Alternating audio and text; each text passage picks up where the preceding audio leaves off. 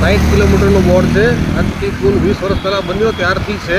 અને હવે આ ટ્રાફિક પોલીસે 10 દિવસની અંદર નવા બોર્ડ માર્યા છે 40ની સ્પીડના. તો જ્યારથી સ્પીડ ગન આવી છે ત્યાર પછી કોઈ ઓવર સ્પીડમાં પકડાતું નથી, એટલે ટ્રાફિક પોલીસે 60ની સ્પીડને ઘટાડીને 40ની સ્પીડ છે.